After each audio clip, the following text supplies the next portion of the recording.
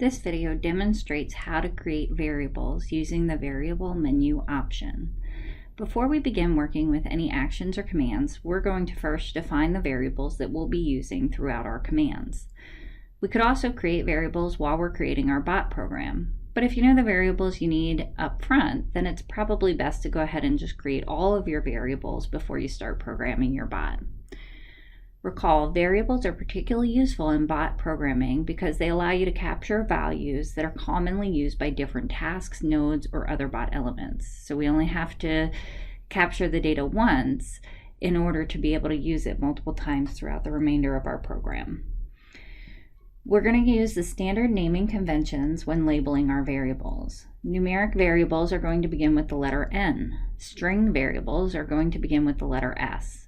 Date variables will begin with the letter D, table variables will begin with the letter T, and row variables will begin with the letter R.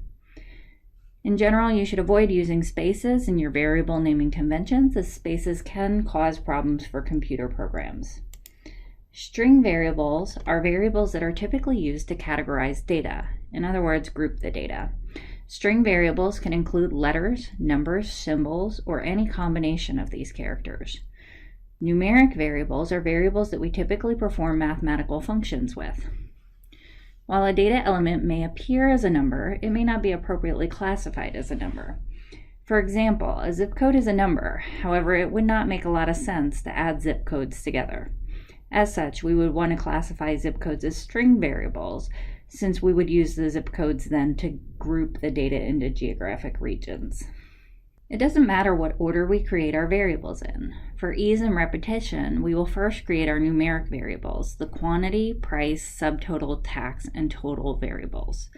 To create our variables, we would begin by clicking on Variables to open up our variable menu. Then we can go ahead and click on the plus sign next to the word variables to create a variable. When we get here, we have the option of naming our variable. Again, since we're dealing with numeric variables, we're going to start with the letter N. And so we would type in here and we would go N quantity.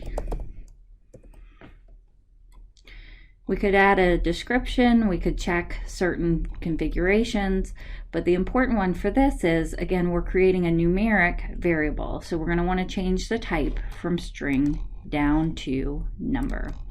And when we've done that configuration, then we can go ahead and click the Create button. And now we'll see our new numeric variable appear on our variable list below. We're going to repeat this process to create the remaining numeric variables. First, price. And again, remember to change your type.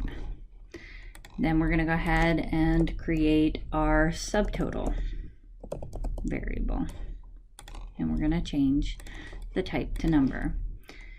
Then we're going to go ahead and create our tax variable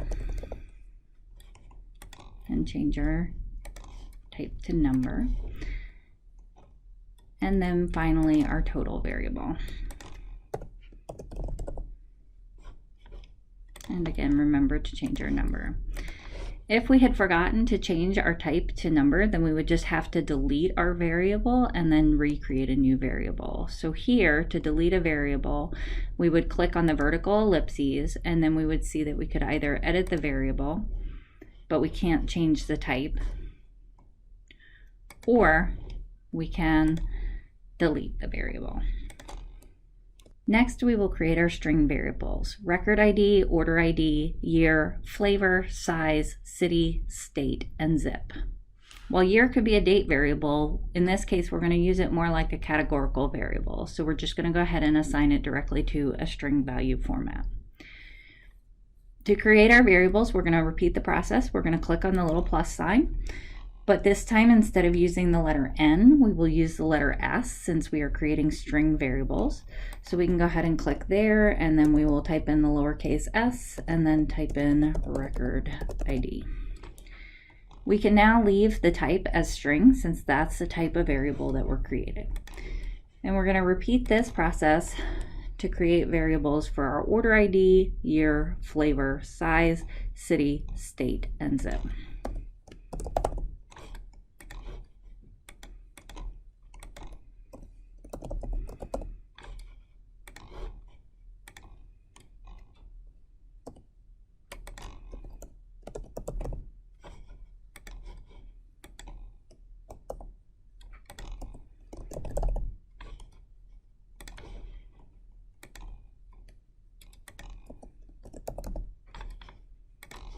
Once we're done, we could go back through and make sure that we have all of the numeric variables that we wanted, as well as all of the string variables. And when I do that, I can see that I did miss creating a variable for my order number, so I can go ahead and just create that variable.